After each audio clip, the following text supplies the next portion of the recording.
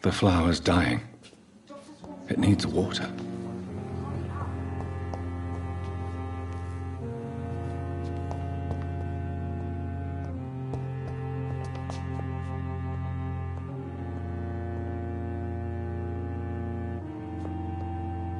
I not want to make wait, Doctor. I've patients to attend.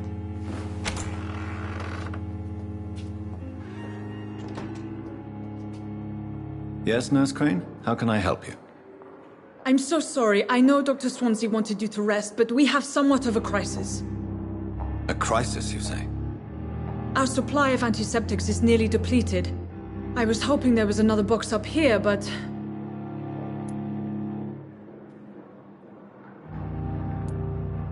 What type of hospital are you running? No antiseptics? You have been away too long, Doctor. With the war and now this epidemic, supplies have been running scarce for months now. I may have a solution. In France, during the war, drugs shortage was a daily problem, and we had to use our wits to overcome the shortages. However do you mean? If combined correctly, certain household chemical products can be used in a pinch instead. Now, where's the hospital storeroom? The storeroom? Fat chance. This is the Pembroke, and space is luxury we don't have. Everything used to be stored in the old morgue. Perhaps I should look there first. Where is this morgue?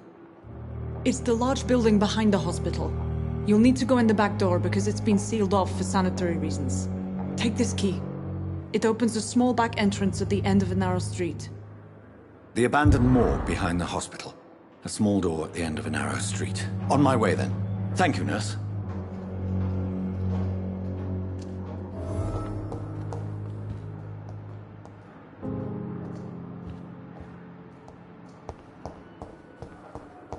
It's locked, all right.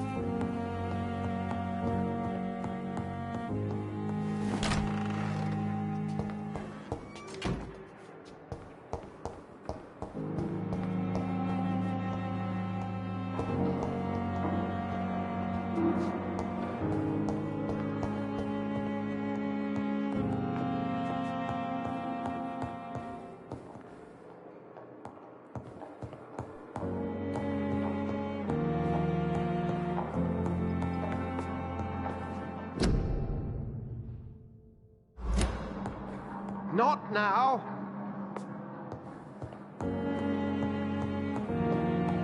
It's locked.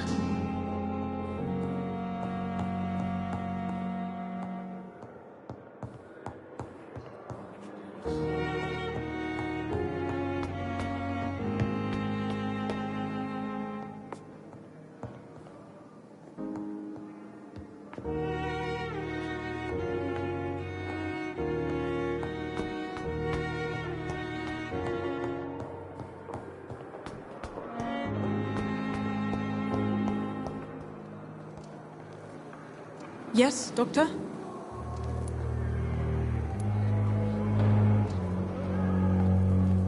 Exactly how bad is the supply situation here at Pembroke? It really depends. Dr. Swansea deftly works his society contacts for monies, but with the quarantine, well, we're in God's hands.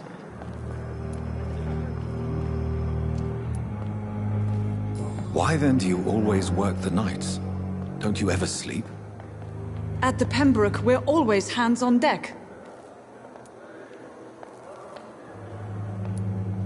Lack of sleep and the medical profession always ends in disaster. I've witnessed many a colleague succumb to stimulants to fight exhaustion. Drugs were as deadly as bullets in the trenches. London's trenches start here at Pembroke Hospital. We are on the front line, make no mistake. Your dedication to the Pembroke does you credit, Nurse Crane, but when do you sleep? We staff get our sleep when we can, Doctor. Nursing is a vocation, not the labor of a journeyman. Please, could you point me in the direction of the morgue again? It's the large boarded-up building behind the hospital. You can't miss it. The key I gave you will open the small back door to it. That's all for now, Nurse Crane, thank you.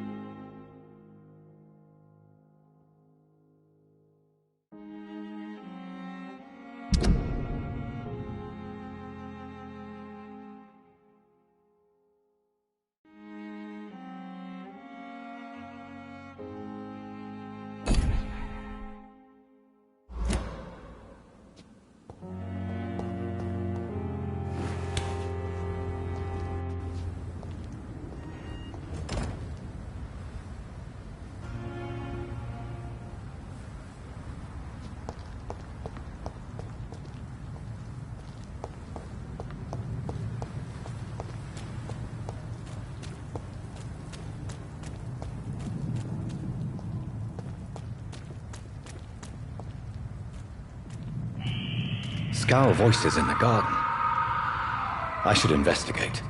If they were to find somebody.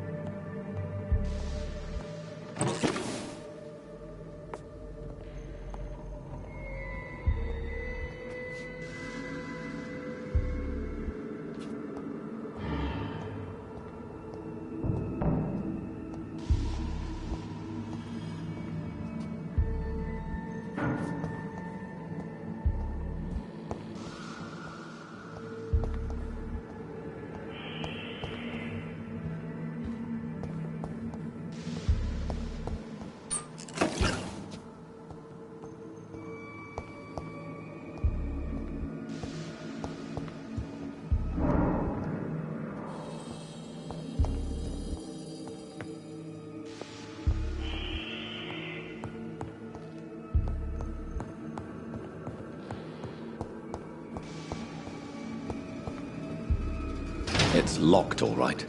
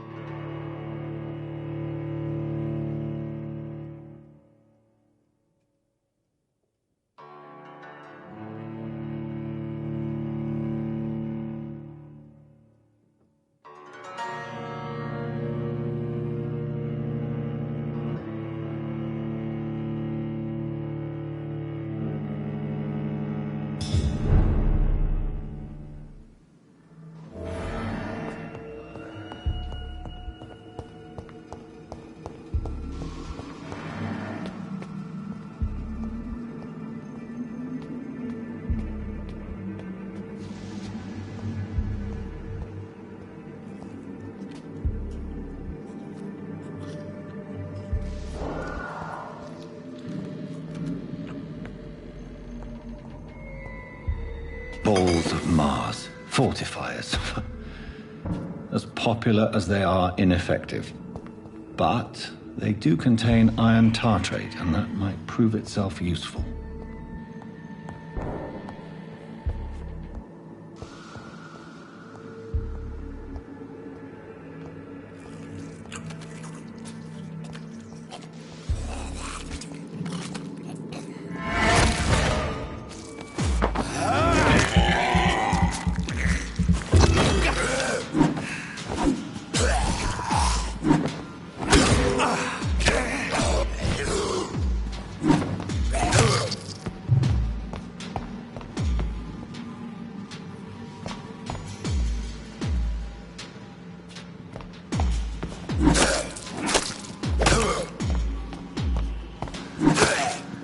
behavior is similar to the infected William Bishop. Must be the same strain. This sickness moves faster than influenza.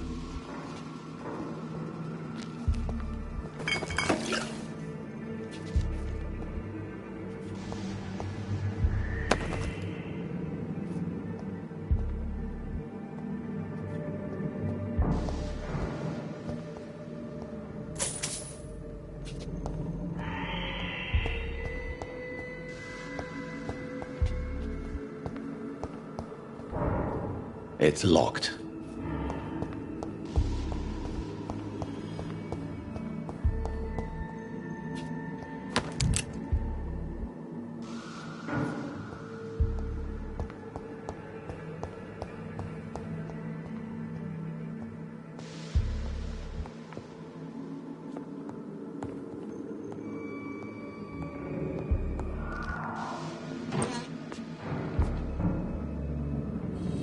This key will surely grant me access to the basement.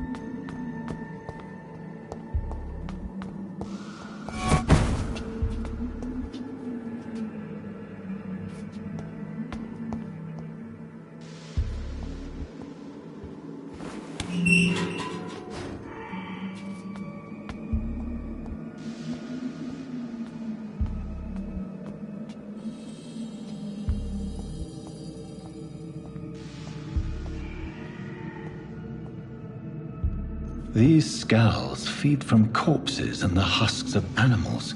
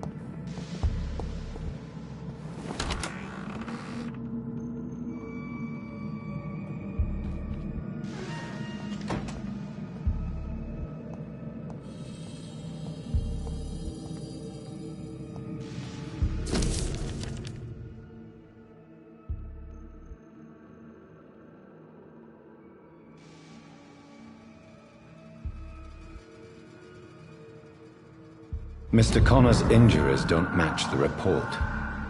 I'd better look into this.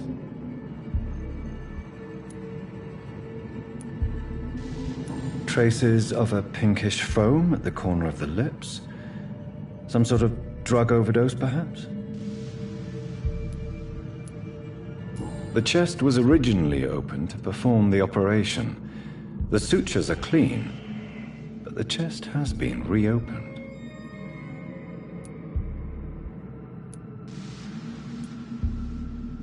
A puncture over the left lung, possibly a chest tube insertion. Not the cleanest work, but I think it was successful.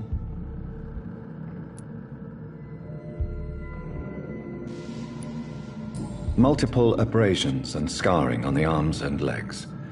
Old and distinctive injuries of a sailor or a fisherman. Signs of internal bleeding. So, Dr. Tippett's anesthetics were incorrectly dosed, causing the patient's death. And then he tried to operate on him again. Tippett has made an egregious error. It's time we talked.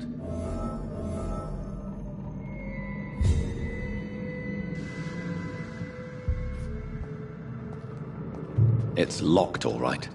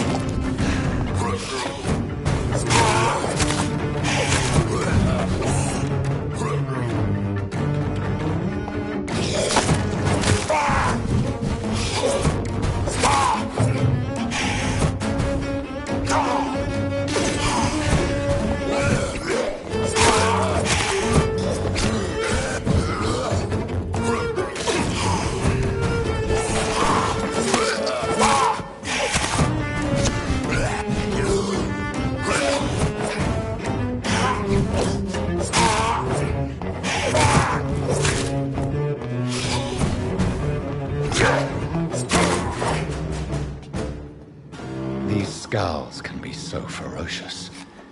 I'm not sure I can defeat them without becoming stronger. To drink blood is so tempting.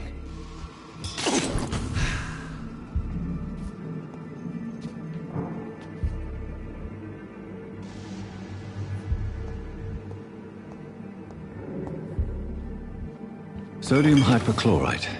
Dangerous to administer, but efficient in the proper dosage.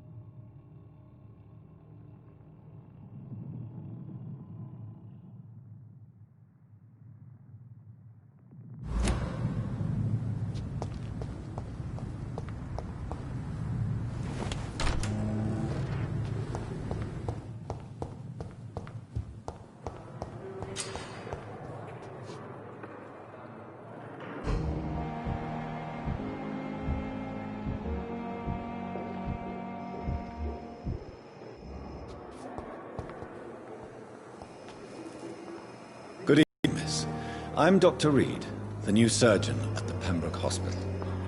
And who are you? Your name has no meaning to me, mortal.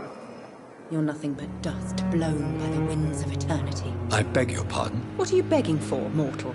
My clemency? Well, tonight maybe I'm inclined to mercy. You'll never forget the night you met Thelma Howcroft. You keep calling me mortal. Why is that? And if I'm mortal, what are you?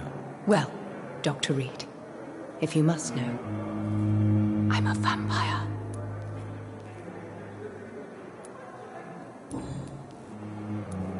And why do you believe you're a vampire? I don't need to believe anything. It is what I am. It is what I feel within this hollow shell of flesh. Please, describe to me how you feel. What is it like to be a vampire? I can hear my body crumble from the inside as my flesh cracks and fades. I sense the last pulse of postulant blood within my drying veins. I need new blood. I see. Have you ever heard of Cotard's syndrome, Miss Howcroft? Never. It's a mental illness discovered by a French neurologist named Jules Cotard. The affected patients are delusional. They believe that they are putrefying, that they are dead, a ghost or a ghoul, or in your case, a vampire. Delusional, you say? Oh, sad and petty mortal. You can't even begin to understand the concept of immortality. And you think it is I who am delusional.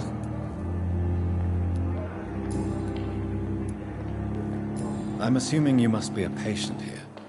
Am I right, Miss Howcroft? It's only a cover. To hide from my enemies. I can leave whenever I want. As a woman, a spirit, fog, or bat.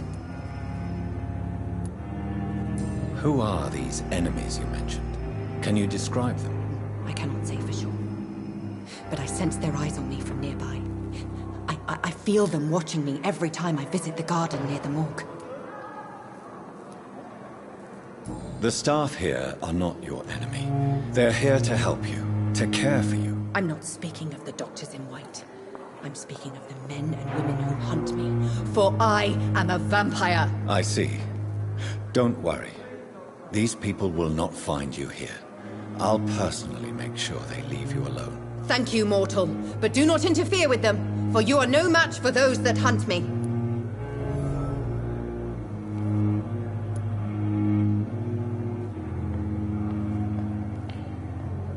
Do you require my services, Miss Howcroft? I have no need for your medicine, Dr. Reed. Blood is the only drug I need.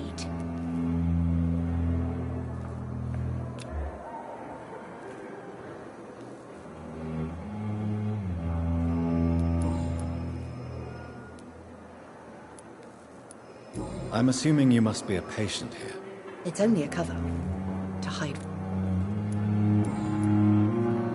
I'm assuming you must be a patient here. It's only...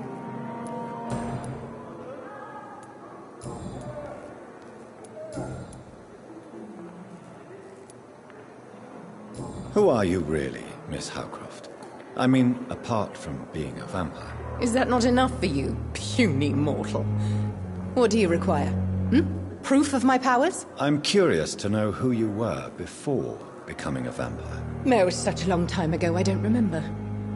Centuries of unholy life can have strange effects on one's minds, you see?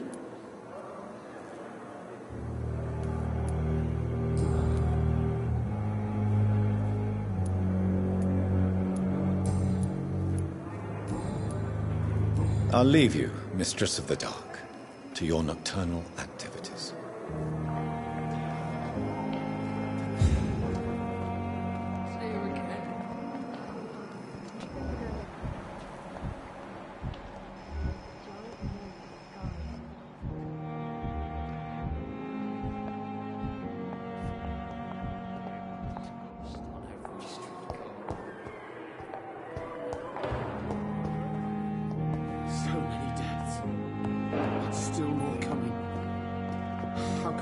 Finally, you've returned, Doctor. Did you find anything of value? Yes, nurse. You've worked your first miracle, Doctor. Now, this patient here needs immediate treatment. Duty calls? When the storm has passed, I'll show you how to mix the remedy yourself with the same basic ingredients. Many thanks, Doctor. When you've finished, you ought to report to Dr. Swansea in his office. He's been looking for you. Seemed pressing.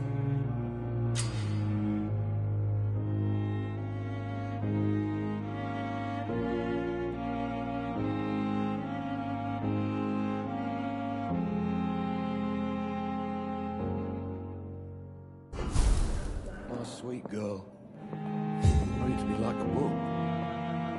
I never could keep anything from her.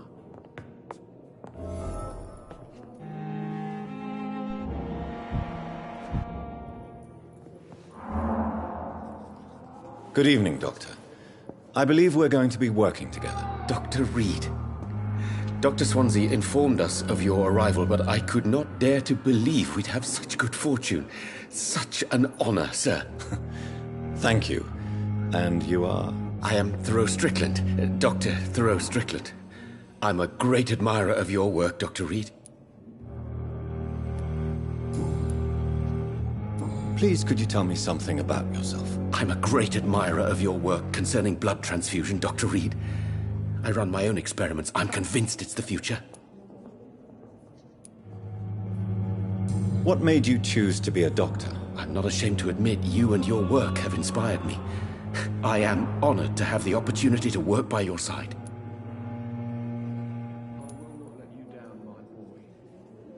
It's always a pleasure to share scientific and medical knowledge with someone eager to learn. I'll be glad to help you if I can. This epidemic may be the century's most terrible disaster, but I'm convinced that we, as doctors, are the only ones able to defeat it. I based my technique on my mentor's research. He helped me perfect my method. What is yours? I'd rather not talk about it. For now, it's just theories and first approach. My process is purely experimental and unsuccessful. As long as you're cautious and methodical, you may remain empty-handed, but you won't fail. You're not the first one to warn me, but I am convinced knowledge is the main weapon against the ravages of this epidemic.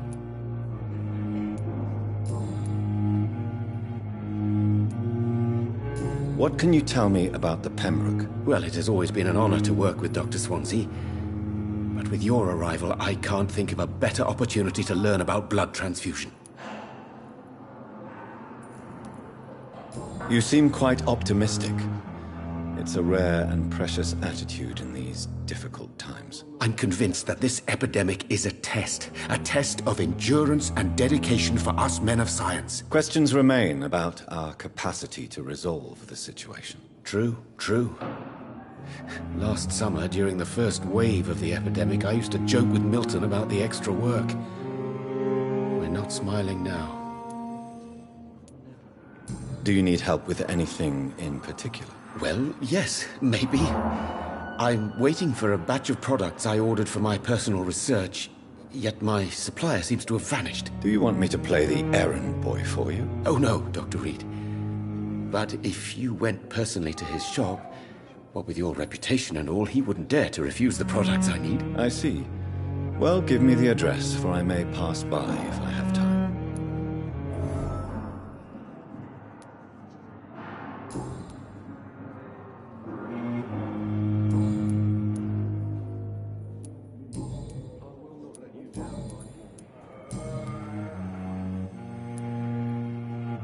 Tell me more about your willingness to experiment with new medical techniques. Harvey Fiddick is a patient suffering from a severe injury that could cripple him if not treated correctly. I'm convinced your blood transfusion technique could help him. What is it you really want? To save him, or to prove your point? Fair question. I want nothing but to save my patient, Dr. Reed. Especially since I know Mr. Fiddick's story. Tell me Mr. Fiddick's story. Our first diagnosis was compromised because Mr. Fiddick lied to us about the real origin of his injury. He first claimed it was an accident. But why would he hide such crucial information from us? Because he is a proud father, ashamed of putting his children at risk because of his own negligence. This personal involvement could also appear to be a lack of impartiality. You must know that a good surgeon must remain neutral. I agree. But that does not excuse Dr. Ackroyd's behavior. A man who did not even take time to converse with his patient. Do you think keeping his distance was a mistake? All I know is that I'm taking care of human beings with desires, hopes, and fears. Not some biological machine comprised of blood, bones, and flesh.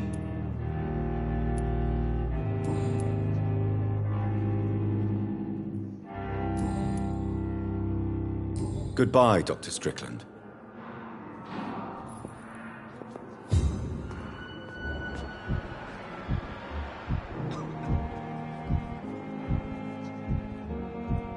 How long must I wait, damn it? Blaming me will not further your agenda, sir. How long's it going to take to fix me properly? A month? A year? You have the right to disapprove of our methods, and you will kindly apologize when you're feeling better.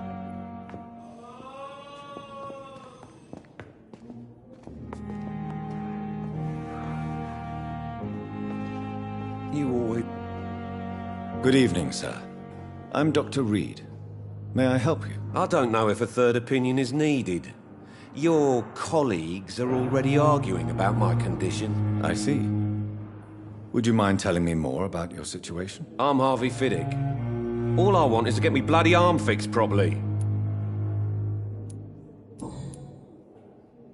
Tell me about yourself, Mr. Fiddick. I'm just a regular guy waiting to get his arm fixed, so I can return to work and to my family. I was more curious about what you were doing before being hospitalized. I'm a carpenter, and a good one too. But that means I need both arms to feed my family, Dr. Reed. Are you satisfied with your treatment here? Well, it's clear that I've chosen a bad time to be injured. Forgive my bluntness, but you seem overwhelmed by cases of the flu. I won't lie to you about it. I'm afraid we are. Are you sure you don't want to operate yourself, Dr. Reed? I have the feeling you're very capable, and your colleagues seem to think so too. In other circumstances, you would be right. But for now, I don't think I can take on the responsibility. My apologies.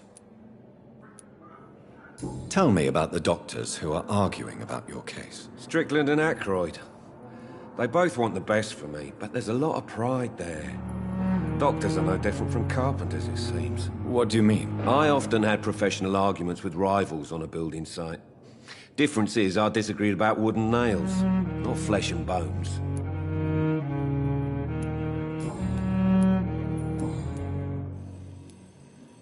Tell me about your injury, Harvey.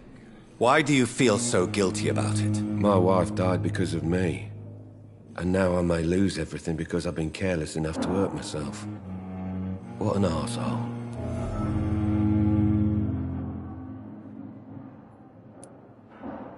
How could your job be responsible for your wife's death? I was working a double. She went out to bring me a hot meal and got caught in a German bomb raid. You can't hold yourself responsible for your injury, Mr. Fiddick. Unless you tried to hurt yourself. Of course I didn't hurt myself. But I can't work until my arm is fixed. My children need to eat, Doctor.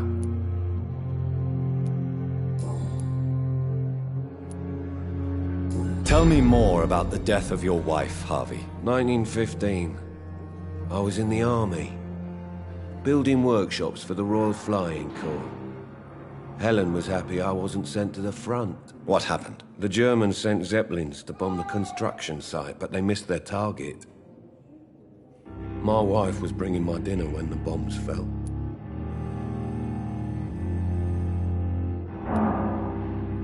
I'm sorry for your loss. So many died during the bombings. I served in France and witnessed the carnage there. I would like to say that she didn't suffer. Truth is, I have no idea. I just know that I'm all that me kids have. Poor little bleeders. How are your children after losing their mother? They were smaller then. The only good thing about this is my Helen didn't bring them with her that night.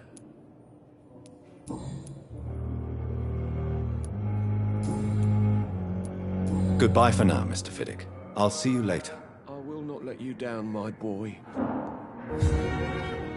Don't waste your time with me.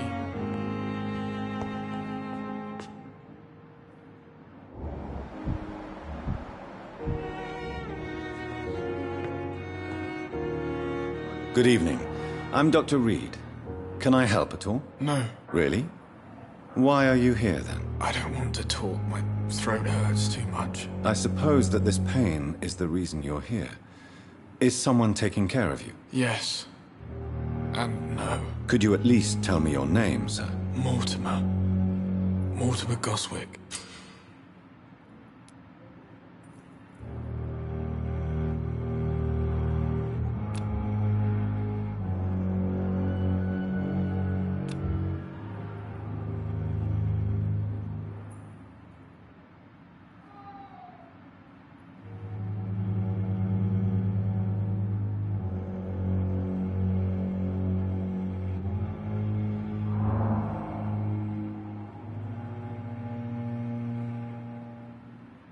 Do you need any help?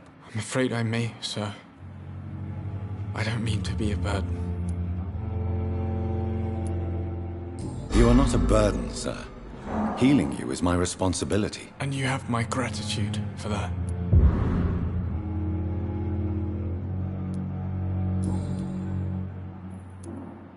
How painful is your throat, Mr. Goswick? So painful I'd rather not talk at all, Doctor. I'm sure you realize a doctor and his patient have to communicate, sir. Would it help if I gave you some paper and a pen? Not really. I see. Then maybe it's not just your throat that hurts, Mr. Goswick. Perhaps your sore throat is just the consequence of something more hurtful. Yes, maybe. But I don't want to talk or even write about it now. How painful is it? So painful I'd rather not talk at all, Doctor. I'll let you get some rest, then. I'm all right. Don't waste your time with me.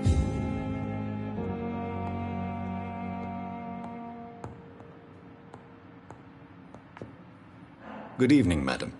Can I help you? It's my son who needs you, sir. I'm Dr. Jonathan Reed.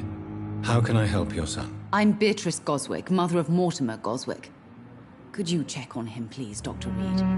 I've heard much of your talents as a physician.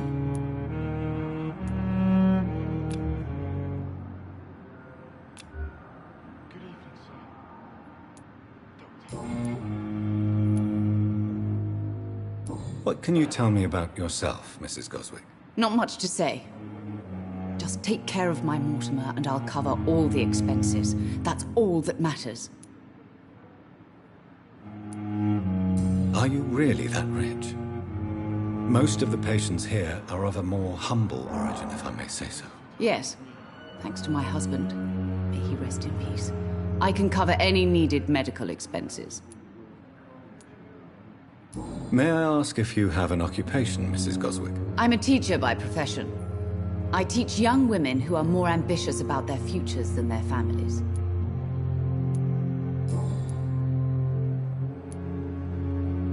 What do you think of your reception here? Any complaints? I have had the uttermost reservations about this hospital since we arrived. But we had no other choice, considering the state of emergency. Is there something in particular that's bothering you? Some of the staff were not especially welcoming. I suspect they're not accustomed to dealing with patients of such social standing. Tell me more about your arrival at the Pembroke Hospital. What gave you such a bad first impression? The ambulance driver was quite rude, for a start. And that nurse, Miss Hawkins, seems to have quite a dubious attitude. What do you mean? She managed to secure a bed for my son despite the epidemic. It was a relief, but it wasn't cheap. She charged you for a bed? Yes, and I paid without question, considering the urgency of the situation. I share your concern, Mrs. Goswick. Be sure that I'll talk to the people involved. I don't expect compensation, Dr. Reed. But I'm aware such behavior would not be tolerated in other hospitals.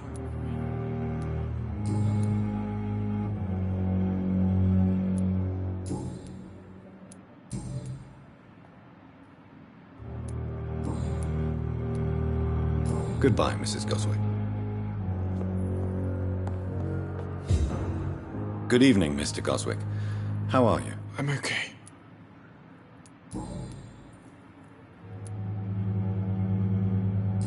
Why did your mother have you hospitalized here? She seems convinced this is a bad hospital. My mother just wants the best for me. She won't rest while I'm here. She'd go all the way to hell and back to help me. Is your mother bothering you? As your doctor, I can ask her to leave you alone if you would prefer. That's tempting, Doctor. But you have no idea what my mother is capable of. She would tie herself to my bed if you asked her to leave. Pembroke Hospital may look unorthodox, but rest assured you're in good hands here. It's not me you have to convince, Dr. Reed. It's my mother.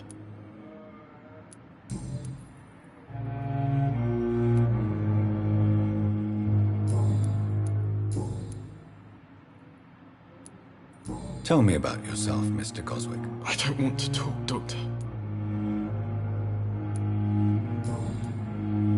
I have to go now, sir. But don't hesitate to contact me if you need any help. Good evening, sir. Doctor. Like a book. I never could keep anything from her.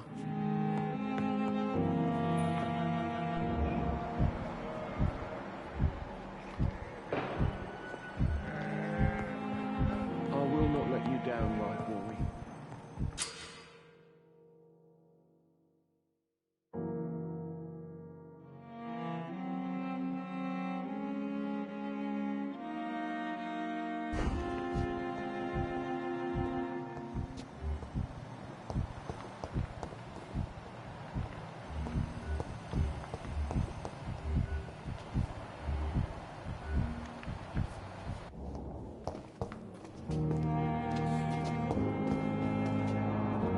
Good evening, sir. I'm Dr. Reed.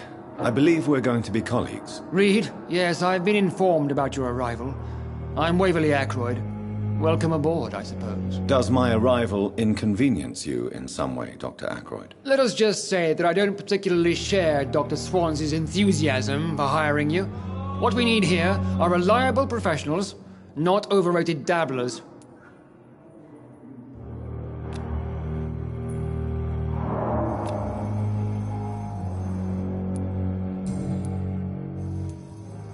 If you have a problem with me, Dr. Ackroyd, please feel free to tell me. Dr. Swansea has imposed your presence on this hospital without asking anyone's advice. The benefit of his position. But I don't agree with it. I know we've never met before, but I believe this hospital could use all the help it can get. You will agree with that, I'm sure. Oh, but I have heard about you, Dr. Reed. Of course, you can't say the same about me, since I have not wasted my time courting the press.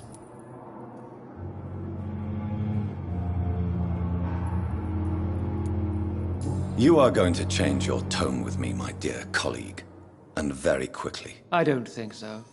Perhaps you think yourself protected by Dr. Swansea, but I am still a free man, and I will speak to you the way I want.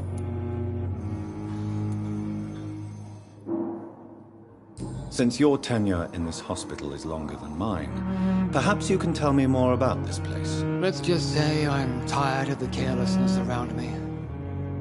I have always respected the skills of Dr. Swansea, but over time his enthusiasm has become displaced. Carelessness?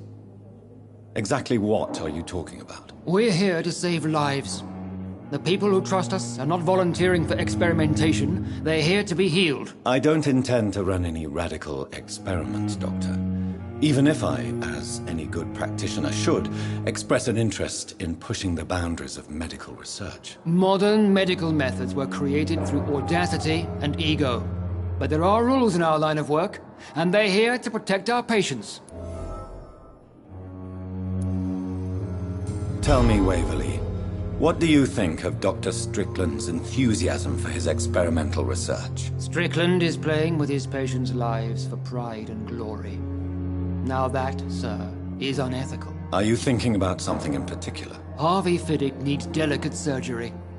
I believe we should stick to the usual procedure, but my young colleague obviously disagrees. And are you not afraid that your rivalry with Strickland may be blinding you? Rivalry? I guess you could call it that. but I will never be childish enough to let my personal feelings affect my judgment. Why do you wish to lead this surgery? I strongly believe that Mr. Fiddick should not be butchered to test an unproven procedure.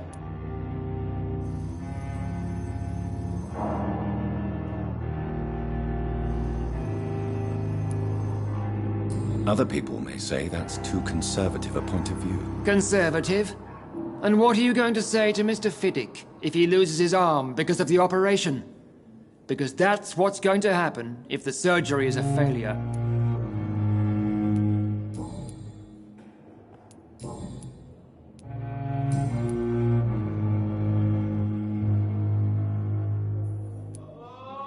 I don't know what you've heard about me, but I have already proved my value as a practitioner. I don't question your skills, Dr. Reed, but your motive.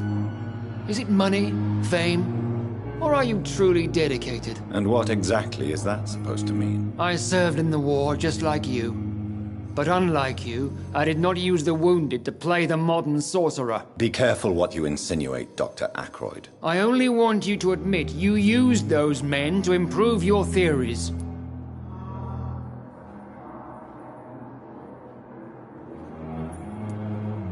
Knowledge has always been and will remain our main weapon, and it has always come at a price.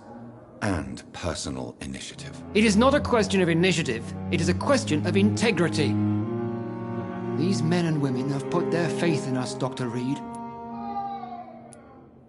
It seems you have bad memories of your military service. I refuse to see this industrial slaughter as scientific progress. War only reveals the worst in men. We can at least agree on something, Dr. Ackroyd. Thank you for your time. We'll talk later.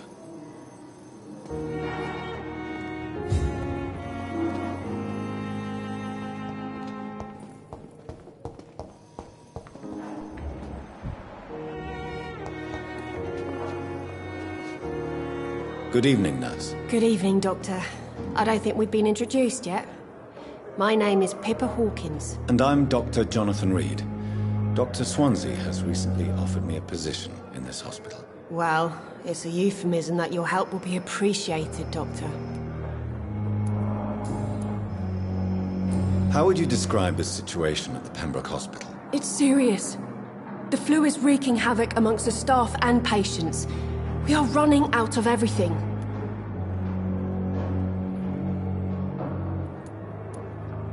Nurse Hawkins, the Spanish flu won't last forever.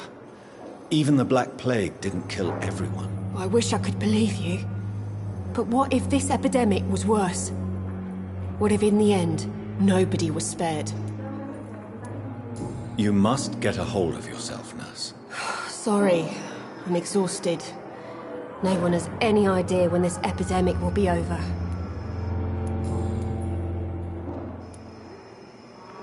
How long have you been a nurse? Or long enough to see that the epidemic is winning. And no matter how qualified you are, don't tell me you'll change that. You'd be surprised what dedication can achieve, Nurse Hawkins. In medicine, sometimes we're just a test result away from a miracle. Sorry, Doctor. I don't want to sound bitter, but I'm just too tired to give a pep talk like Nurse Brannigan. How is the Pembroke staff coping with the epidemic? Well, not well. Milton, the ambulance driver, is even more grumpy than usual, especially concerning doctors. Why is Milton grumpy on a daily basis? Is it just an act? Milton's not the kind of man who's bothered about a bad reputation, whether he deserved it or not. Why does Milton dislike doctors? I don't know. Just ask him. But be warned, Milton is not the chatty type.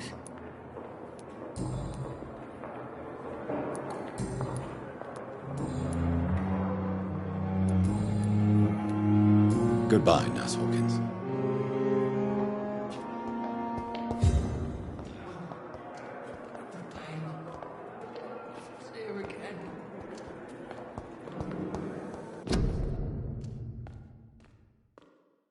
wish I could be sick again. Feel my blood boil with the fever.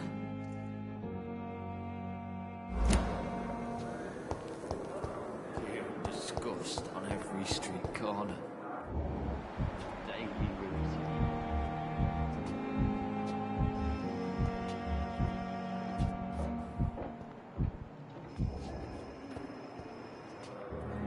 Good evening, sir.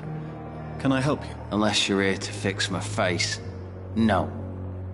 I don't think you can help me. I'm Dr. Reed. I've recently taken the position of head surgeon here. War injuries, am I right? You guessed right, Doctor. German shell took my pretty little mug right off. But they still call me Thomas Elwood.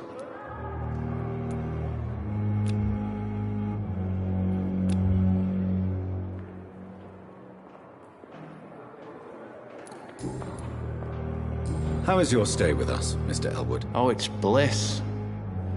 I just escaped death in the trenches to be surrounded again by the moans of the dying. Can I ask you precisely why you're a patient here? It's the pain, sir. The drugs don't work. It just hurts under the scars, if you get my drift.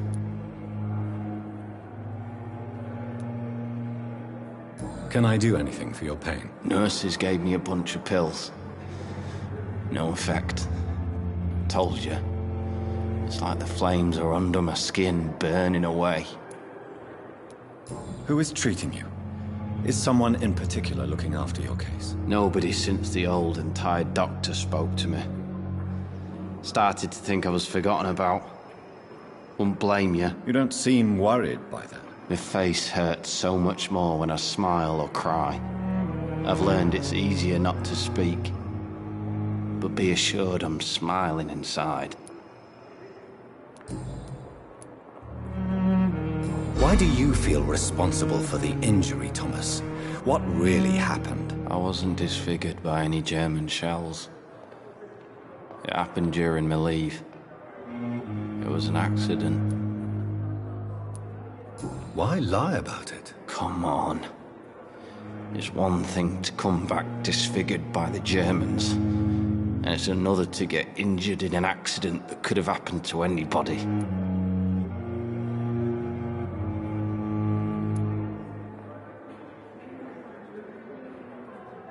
You know you can't hide forever. One day you'll have to face your loved ones. Until that day, you have no chance of real recovery. My friends all died in the trenches. It's shameful enough to be alive for these stupid scars. I don't want my children to see me like this. Tell me what really happened then. I went with a whore in Rouen. Dead drunk I was. The hotel was a shithole. There was a fire that night. Did you start the fire? Were you trying to avoid going back to the front? That's not uncommon, you know. No. It's just that I was asleep when the flames reached the room. The girl was long gone. Bitch never woke me up. Left me to burn.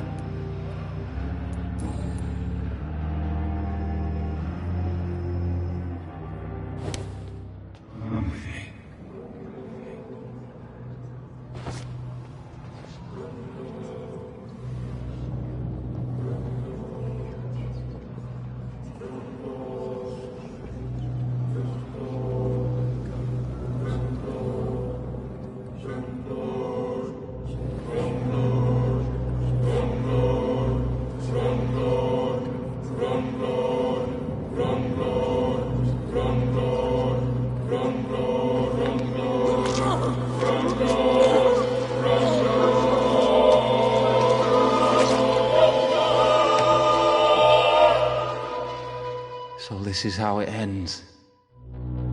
Farewell, my life, you betrayed me, good.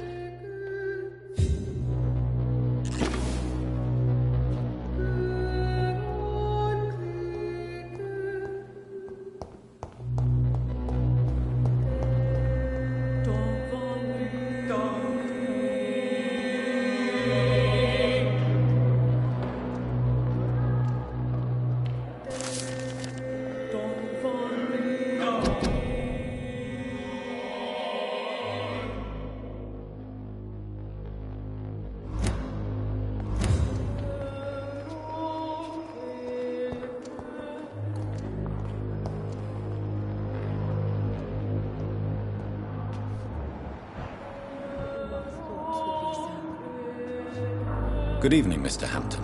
How do you feel? Dr. Reed, is it? Oh, sir, I must apologize for my behavior. What do you mean? I was not myself in the factory.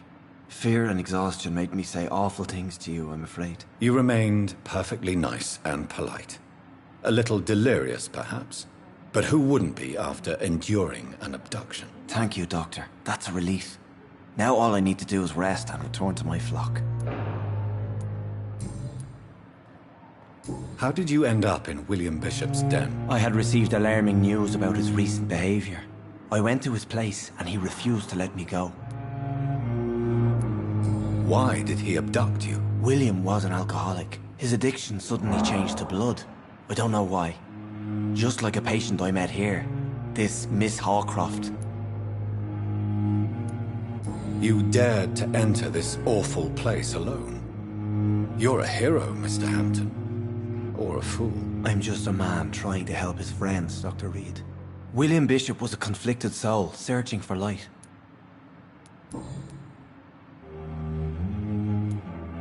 Do you know Tom Watts, the bartender from the Turtle? I met him before I found you in the canning factory. Tom? Yes, of course. Always the helping hand, good old Tom. Without men like him, corruption and despair would have wiped out the East End long ago. People are still in despair. How could it be otherwise? The authorities have left us all to rot in this contagious nightmare. No drugs, no advice, nothing. It's a damn shame. Who should I avoid in this part of town, then? Any particularly evil figures? Not really. Most men and women are just doing their best. And it's not my habit to speak ill of people I know, Doctor. What is the general situation in the East End docks? The situation has always been tough, with a lot of tensions between the gangs and the dockers' trade union. The wet boot boys are very nervous since they lost their leader. Who leads the gang now? Since Clay Cox went missing, it's his wife Edwina who runs the show, with the assistance of her minion, Booth Digby. Has the gang been threatening you? Ah, no. I've had this nickname for so long, you know, the sad saint of the East End. No one dares to bug a saint, not even criminals.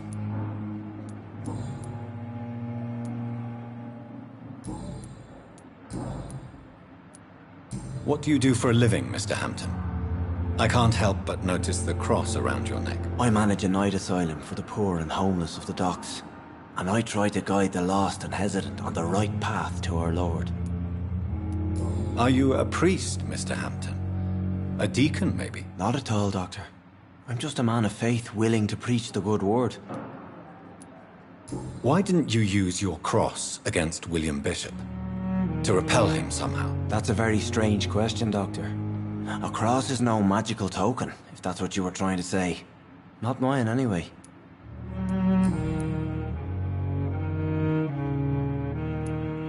How do you feel, Mr. Hampton?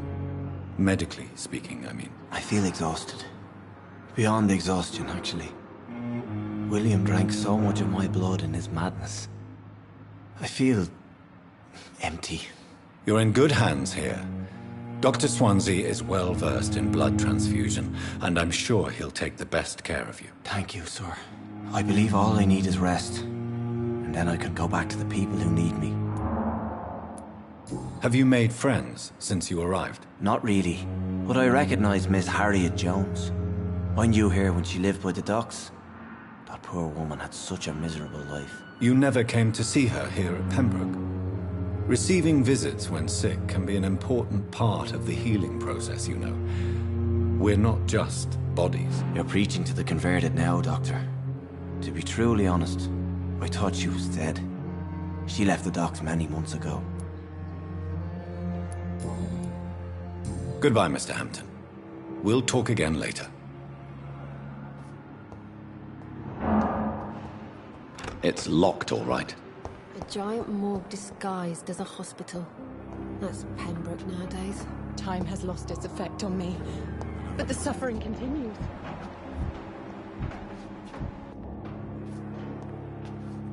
Good evening, Nurse Hawkins. Good evening, Dr. Reed.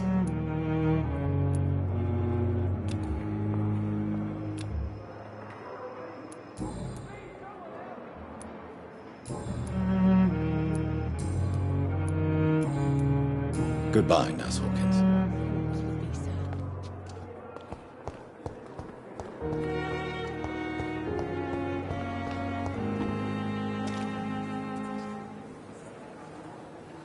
Another night with the glorious battalion of Vampyr.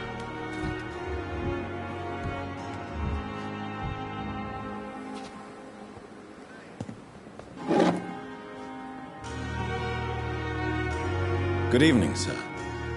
I'm Dr. Jonathan Reed. I'm new here. I've already heard about you, Dr. Reed. I'm Milton Hooks, the ambulance driver for this shithole of a hospital. That's quite a blunt introduction, Mr. Hooks. You can call me Milton. I like to speak my mind, Dr. Reed. Perk of the job. Don't judge me, and I won't judge you. I'm not sure I understand what you're talking about. Well, I'm no doctor, but I'm pretty sure a gun can't be used as a surgical instrument. You have a keen eye. I learned to shoot during the war, and have carried one ever since. Old habits die hard. No need to explain, Dr. Reed. And if you ever need a better gun, remember, I may have something for you. I have some good news, Milton. What? The epidemic's over? I retrieved your wallet, with all the money, and a certain picture. Well, yeah, Pippa Hawkins is my girl. So what? Is it the difference of skin color that bothers you? Not at all, Milton. Good. Please, take this money anyway. To remind you to keep your mouth shut. Not everybody is as broad-minded as you, Dr. Reed.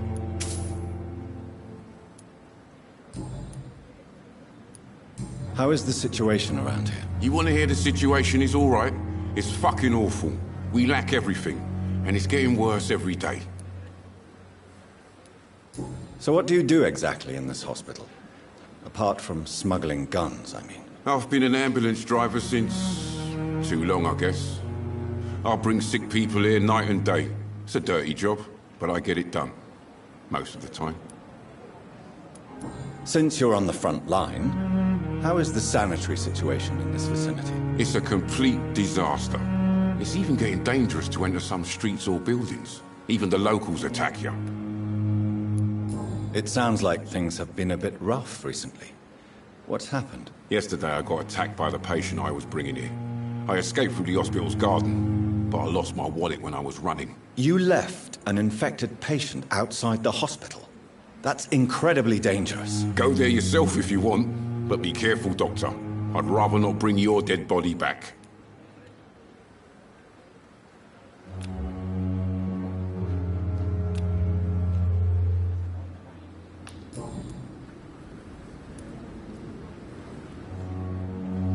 Are you really smuggling weapons through the hospital? And why not?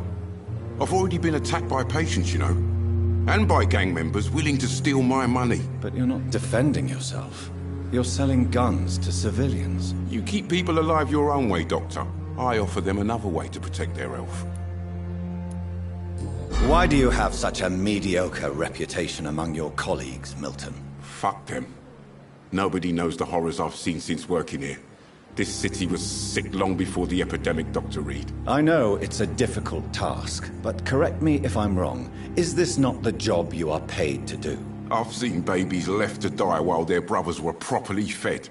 Underage girls and boys sold to all manner of perverts. I'm sorry, I don't know what to say. Yeah, exactly. We lack words. So excuse me if I don't look on the bright side of life.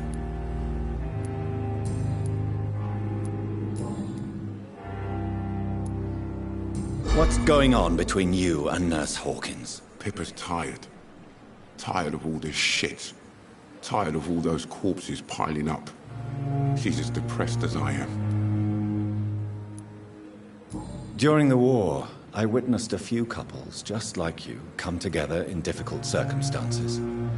It can be very damaging. Maybe you're right. But we support each other. And that's all that matters. You do realize you could both get fired. Hospital staff are not meant to have intimate relationships with one another. Come on, Dr. Reed.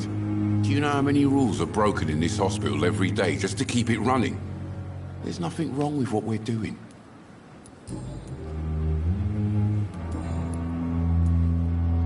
I'd like to see your goods. Wise choice, Dr. Reed. A reliable gun is what everybody needs these days.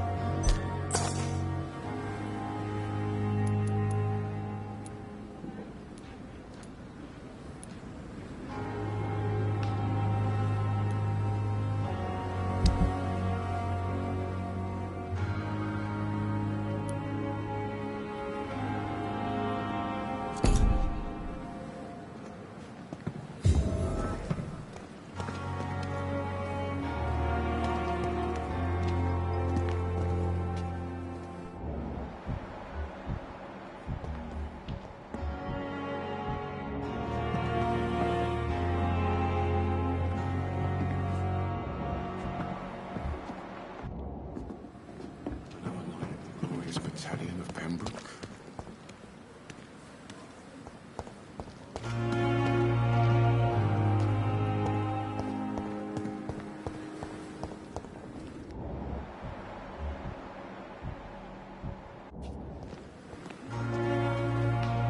Good evening, nurse. I'm Dr. Jonathan Reed, the new surgeon here at the Pembroke. Dr. Swansea has already told us about you, sir. I'm Nurse Gwyneth Brannigan. Welcome to the Pembroke Hospital. Did he really? It's a good thing I wasn't hoping to keep a low profile. All members of staff have already read about your new blood transfusion technique. Dr. Swansea made sure of that. I see. Well, I'm a little surprised, but I suppose I'll just have to deal with this unexpected notoriety. You must know, blood transfusions are Dr. Swansea's primary subject of research. He is convinced it is the future.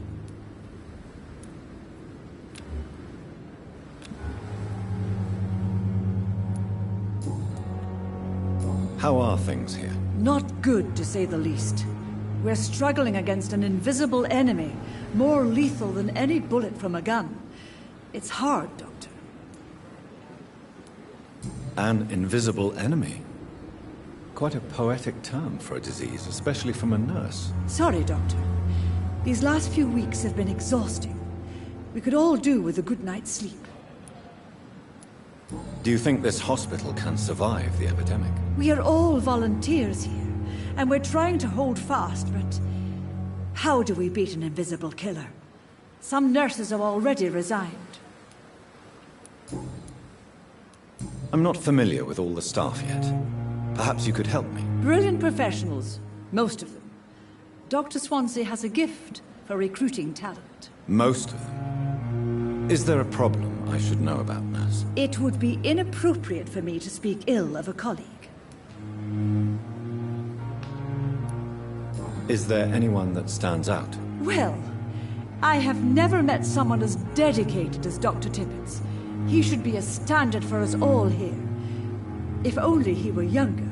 Why should his age be a problem? I guess it's fair to say he's always pushing himself to the limits.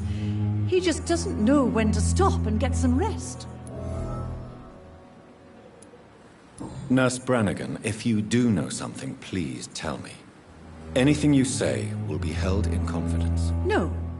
I may disagree with some conduct, but in the end, everybody is doing their best. I'm not familiar with all the staff. Brilliant. It would be...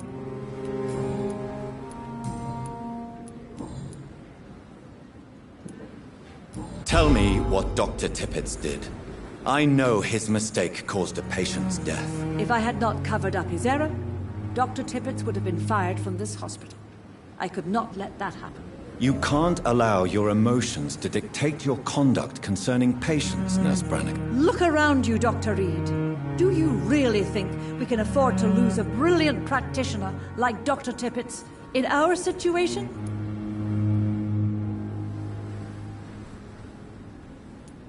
Perhaps you did it with the best intentions, Nurse Brannigan, but you took a great risk. Must I remind you that a man died? You mean you've never made a mistake? Never covered your tracks? Come on, Doctor. I wasn't born yesterday.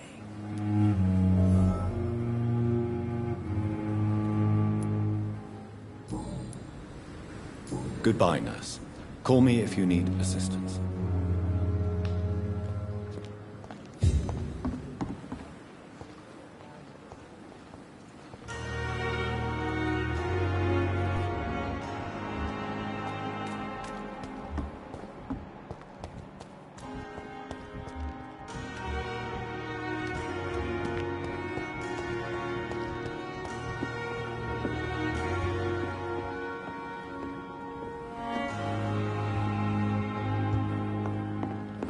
Last summer's epidemic was difficult.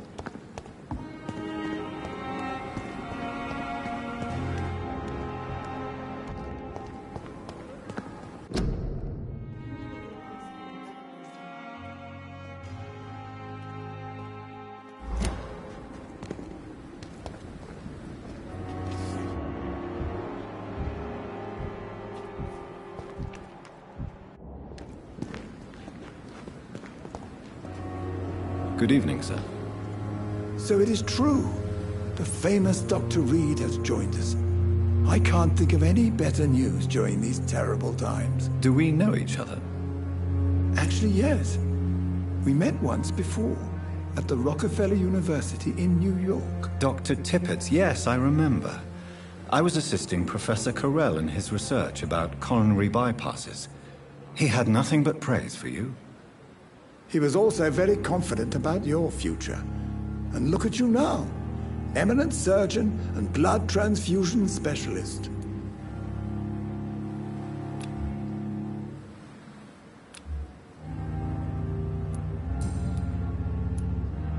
What is the Pembroke Hospital situation? And please, speak freely. This hospital is not exactly the best of London. I'm sure you are used to working in a better environment.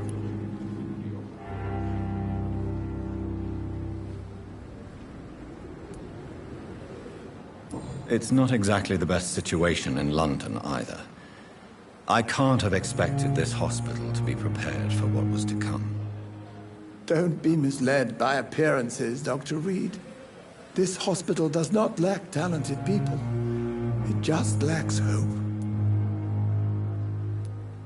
What can you tell me about the staff in the hospital? Some are really good, and others are not so good. But during this troubled period, there is no time for slander. I prefer to focus on the positive character traits. Tell me more about cherished people, then. Nurse Brannigan is a pearl. She is the most helpful and dedicated nurse I've ever worked with. A clever and cheerful woman. You really seem to admire her skills. I'll go even further. If she was a man, she would be a damn fine practitioner. Any opinion about the management? I don't always agree with Dr. Swansea's reserve, but I must admit he does all he can to keep this facility running during this crisis. Ah, yes, the burden of command. I was fed up with this concept while serving as a medical officer. Don't get me wrong. Swansea's a good administrator. I just wish he would get out of his office now and again. You're exhausting yourself, Corcoran. Maybe you should think about preserving your strength. No. We must keep on healing all those poor souls. We are the last rampart before chaos. Once more unto the breach.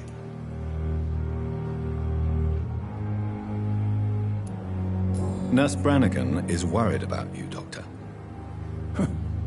She should not have told you that.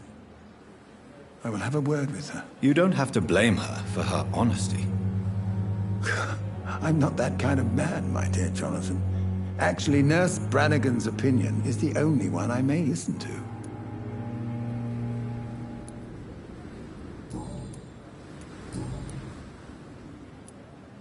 Corcoran, I want you to tell me about Mr. Connor.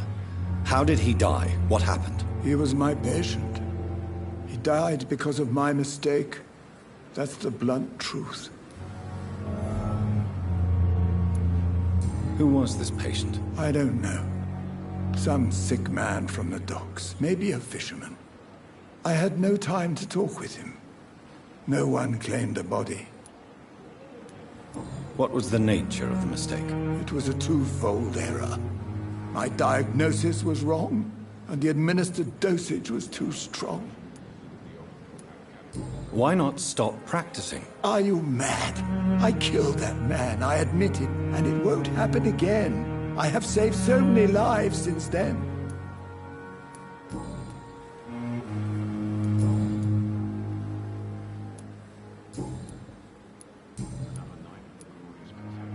I will cover for you, Dr. Tippett, by keeping what happened to Mr. Connor to myself. I don't know what to say, actually. I can't exactly force you to become my accomplice. You didn't force me. This is my decision to make. I believe you're still of use to the hospital, considering the situation. Then I can make you this promise. As soon as the epidemic is eradicated, I will resign.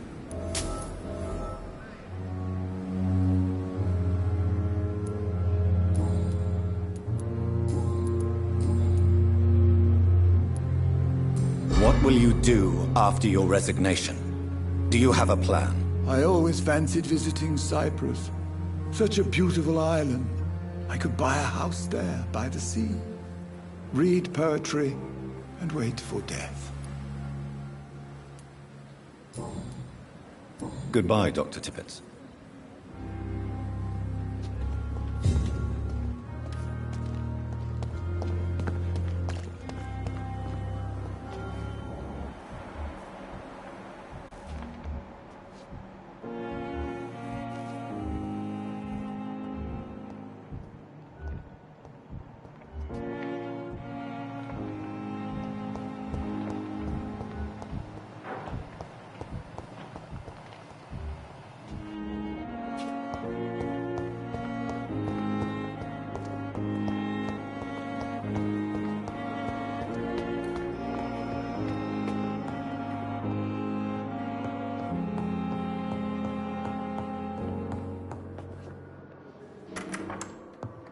Please, Jonathan, come in.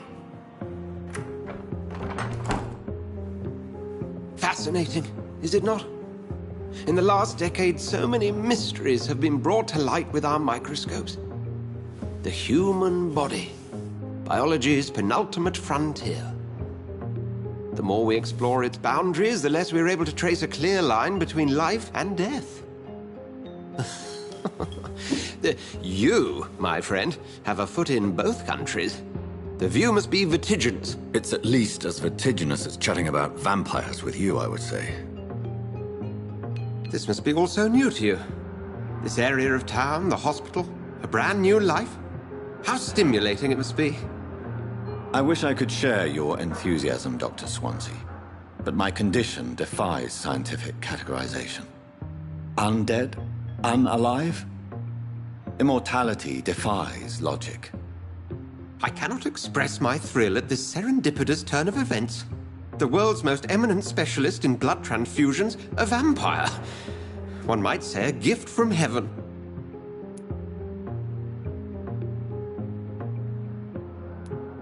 There is an absurd poetry to my situation. Physician, heal thyself. Forgive me. I've been an admirer of your work for a long time, and now you are so much more than a brilliant physician. And please, call me Edgar.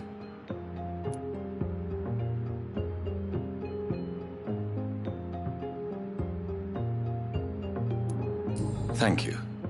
But I'd rather you didn't speak so lightly about my condition. There is nothing I find amusing about this situation. Very well.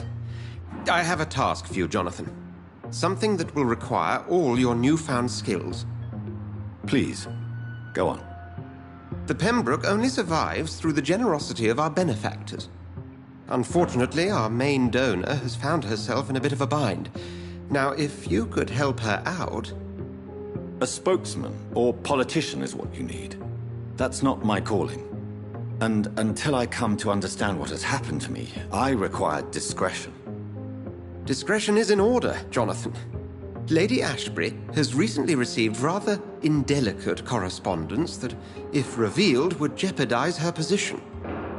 And you would like me to eradicate this threat? By the stole, of course not. I would just like you to pay her a visit. Her ladyship is certainly near the tents outside, tending the sick. You can't miss her. Look for someone impossibly delicate. Accepted. I'll see what kind of trouble Lady Ashbury is in.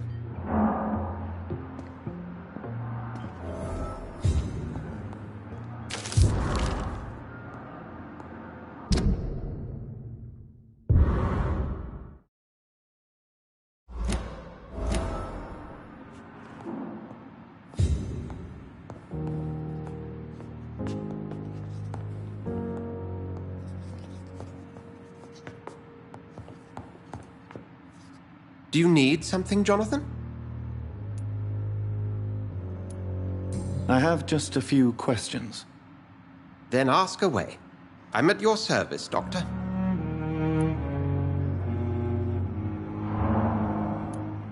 You mentioned something about a secret society. A brotherhood, if I recall. Could you elaborate? Certainly. I've been a member of the Brotherhood of St. Paul's Stole for several years. We are pledged to monitor and report vampire activity in England as impartial scientific observers.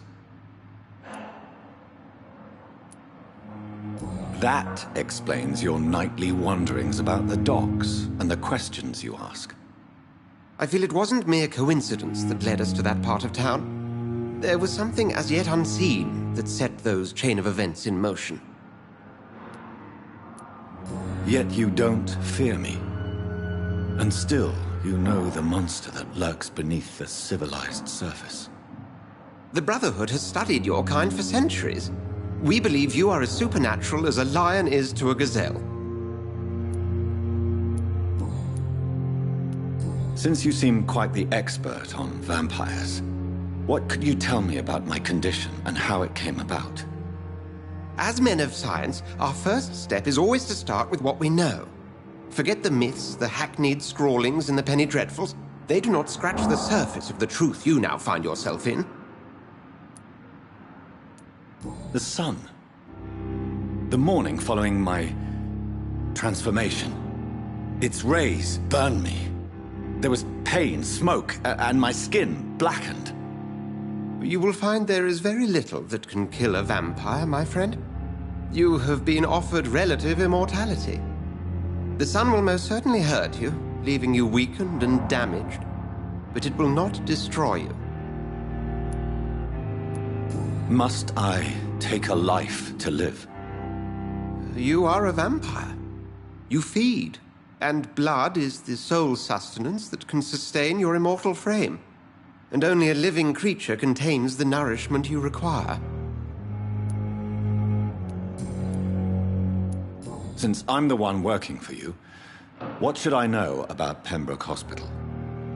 Well, for many years, we have been the only medical facility in this part of town that people can rely on. We support the community here, as well as provide health care. Where do we stand today? Well, to be honest, we cope on a day-to-day basis. The first wave of the Spanish flu last summer took us by surprise. We lack many of the basic necessities needed. What do you expect of me? What we need is hope. You were a soldier. This is a war. This white coat's still a uniform. We fight to help the poor, the sick of the East End, the forgotten. The man we pursued and slew in the canning factory, William Bishop, I believe, was he a vampire? He was a Skald, technically speaking. The debate rages as to their classification. Some think them a subspecies of vampire, others something else. How do Skalds come into existence? The name means slave. The etymology may indicate that they are a lesser species of vampire. From what I know, vampires tend to despise them. Just for clarity, What differences are there between myself and a skull? A skull is easier to eliminate, Jonathan, even if they remain formidable foes for the unprepared. Vampires... Now, vampires exist beyond the mortal realm.